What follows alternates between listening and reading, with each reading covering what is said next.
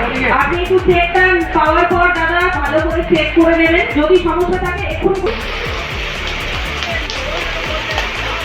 সবাই। মুখ্যমন্ত্রী মমতা বন্দ্যোপাধ্যায় প্রত্যেক দুর্গাপুজো কমিটির হাতে 1,10,000 টাকার সরকারি অনুদান দেওয়ার কথা ঘোষণা করেন।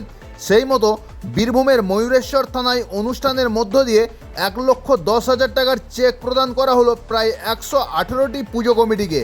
শুক্রবার বৈকালে বীরভূমের ময়ূরেশ্বর থানার মধ্যে একটি অনুষ্ঠানের মধ্য দিয়ে প্রায় 118টি পুজো কমিটির হাতে এই 1,10,000 টাকার চেক প্রদান করা হয়।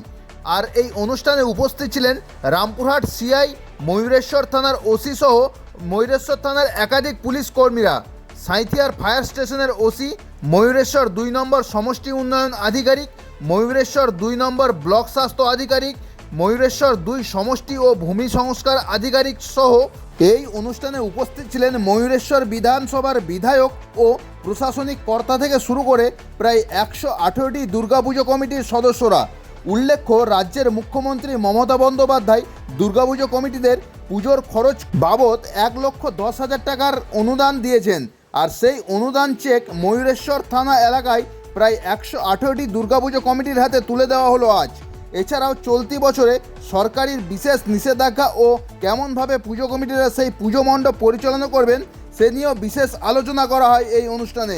বিশেষত পুজো মণ্ডপে কী কী জিনিস রাখা প্রয়োজন সে বিষয়েও আজকের এই অনুষ্ঠানের মধ্য দিয়ে জানানো হলো পুজো কমিটিদের। এদিন ময়ূরেশ্বর থানার ওসি সহ একাধিক প্রশাসনিক কর্তারা জানিয়েছেন চলতি বছর পুজোতে কী কী জিনিস রাখা প্রয়োজন সেসব বিষয় নিয়েও জানানো হয়।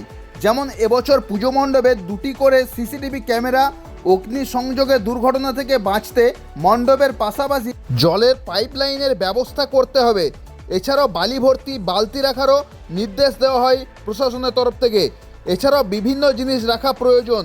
ঠিক এর পাশাপাশি ডিজে বক্স বা অতিরিক্ত সাউন্ড বক্স রাখা যাবে না বলেও প্রশাসনের তরফ থেকে বিশেষভাবে জানানো হয়। আপনাদেরকে আবেদনপত্র যে আপনাদের পুজোর কি প্রোগ্রাম আছে, কবে হচ্ছে, কবে থেকে কটা থেকে কি চলছে না চলছে সেটা পুরো একটা লিস্ট করে থানাতে দেওয়া, এবং আপনাদের ভলেন্টিয়ার লিস্ট। অর্থাৎ আপনাদের পুজো যদি এখানে শুরু হয় ষষ্ঠীতে, তো ষষ্ঠী টু দশমী আপনাদের কী কী প্রোগ্রাম আছে, তার ভলেন্টিয়ার কারা থাকছেন, কারা সকালে থাকছেন, কারা রাত্রিবেলা আইডল গার্ড মানে মন্দিরের প্রতিমা কারা গার্ড করছেন, তার লিস্ট সহ আমার কাছে অনেক পুজো কমিটির তরফ থেকেই আমার কাছে জমা পড়েছে।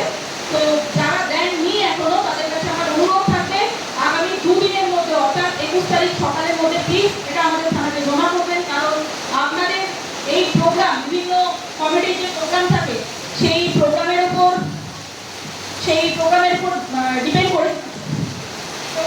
ডিপেন্ড করেই আমরা কিন্তু বিভিন্ন জায়গায় ফোর্স ডিপ্লয়মেন্ট করি। সো আমাদের রিকোয়ারমেন্টটা যখন হেডকোয়ার্টারে আমরা জানাই, তখন আপনাদের এই কালচারাল প্রোগ্রাম বলুন বা আপনাদের পুজো মণ্ডপের যে কোনো অনুষ্ঠান বলুন, সেটা যদি পুলিশের নলেজে না থাকে আমরা বুঝতে পারবো না যে আমাদের কতটা পুলিশ দরকার। ফলে এটা কিন্তু আগামী 21 তারিখের মধ্যে আমাদের কাছে একটু জমা করিয়ে দেবেন। আর অবশ্যই ভলেন্টিয়ার লিস্ট দেবেন। ইলেকট্রিকের বিভিন্ন রকমের লাইটিং ফিটিংস করি তো, কিন্তু সেখানে আমাদের ইলেকট্রিশিয়ান থাকে না। আমি অন্য জায়গায় দেখেছি এদের ইলেকট্রিক শপিং হয়ে দুর্ঘটনা ঘটেছে। তো যে যাদেরকে ইলেকট্রিক পারপাস আপনারা রাখছেন সেখানে যেন ইলেকট্রিকের লোক আপনাদের অবশ্যই থাকে, যাতে কোনো রকম ক্যাজুয়ালিটিস না ঘটে বা আমরা প্রম্পটলি অ্যাকশন করতে পারি। ঠিক আছে, এটা অবশ্যই রাখবেন। সিসিটিভির জন্য আমি প্রত্যেককে অনুরোধ করবো, প্রত্যেককে সিসিটিভি প্রত্যেক পুজো মণ্ডপের যেন আইডল প্রতিমা তার সামনে যেন সিসিটিভি অবশ্যই গার্ডিং থাকে। আমার বিটার এক্সপিরিয়েন্স আছে, আমি যখন অন্য থানাতে ছিলাম আমার পুজো শুরু হওয়ার 4 থেকে 5 দিন আগে, মহালয়ার আগের দিন কোনো একটি প্রাইভেট পুজো, কমিউনিটি পুজো নয়, প্রাইভেট পুজো, সেখানে মণ্ডপে প্রতিমা তৈরি হচ্ছে, সেই অবস্থায় ফাঁকা রেখে যাওয়া, কোনো সিসিটিভিও নেই। দেখা গেল সেই সিসিটিভি প্রতিমার ওখানে একটা কুকুর ছিল, যাই হোক একটা দুর্ঘটনা ঘটলো, সেটা নিয়ে একটা বাজে ইমপ্রেশন সমাজে ছড়ালো।